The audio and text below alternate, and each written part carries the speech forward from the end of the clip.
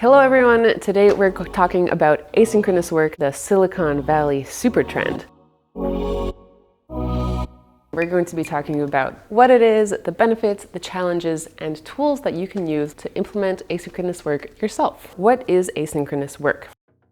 People working individually towards one single goal in their own time, in their own speed. Rather than having everyone stop what they're doing to join a meeting all together, you would have the message recorded for people to access it when they have time themselves, thus not disturbing their own flow of work, thus not being dependent on a certain timeline or even time zones. This way, people are able to work independently, longer, and at their own rate. You're able to get more done together as an organization. How does it work in practice? There are different tools. Simple tools are things like Slack, which replace the need to have in-person meetings where you can just leave a message for your colleagues and they can check it at their earliest availability. And this lets people still be involved and updated on what's going on without necessarily having to be there in person.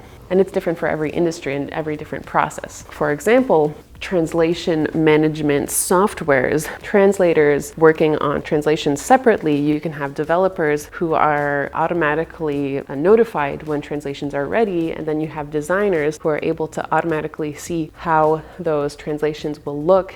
That's a very futuristic, next-gen, complicated approach, but these kinds of tools exist. There are several benefits to asynchronous work.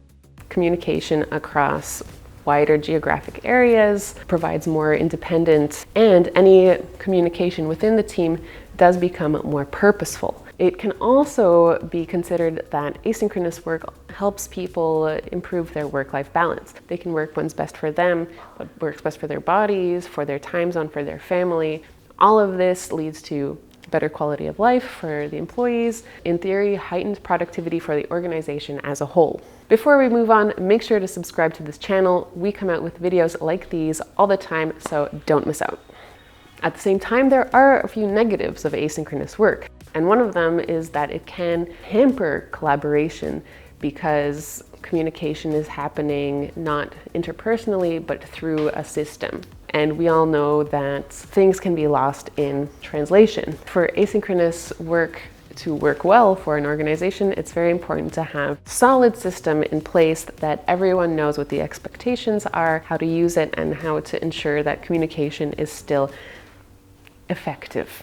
So how do you make asynchronous work work?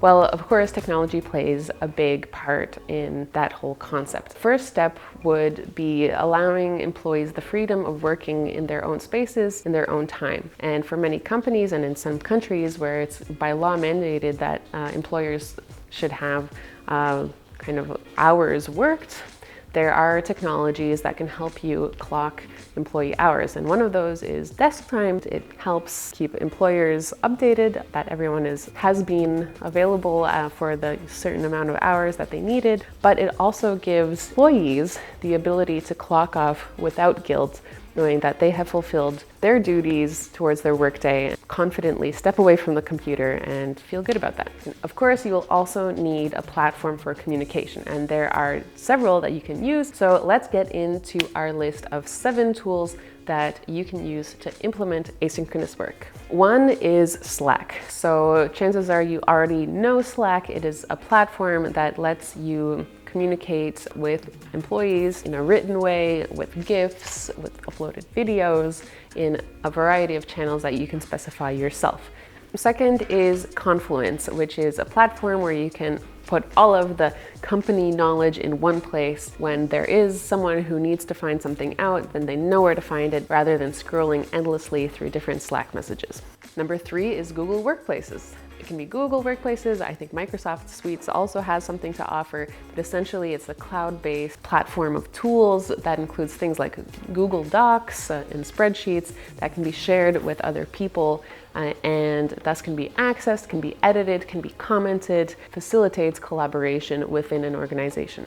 Number 4 is Trello. This is a great visualized version of having tasks and pin boards, have a visual overview of what's going on and as well as what processes are taking place. Free productivity project management tool. 5 is Calendly. So rather than going back and forth trying to agree on a time for a meeting, you can use Calendly to send a link to someone who's requesting a meeting with you, and they automatically are offered times that fit your kind of available slots in your own calendar. Number 6 is Yak, which is built for asynchronous work and collaboration. So rather than having an actual in-person meeting with someone else, you can record what you want to say. Someone else, when they are available, they can watch your recording, leave their own recording or a comment, and thus people are able to discuss one topic without having to be in the same room at the same time. And 7 is Desktime, as we mentioned earlier, which is a tool that helps you make sure and keep on track how many people have arrived at the office, who hasn't, and just to keep an overview of if everyone's working as they should be. And of course, giving employees themselves the trust and confidence to clock out at the end of the day and keep track of their asynchronous and perhaps sporadic work hours. We hope that this introduction and these tools have been helpful. Please let us know if you've tried asynchronous work in the comments below. See you next time.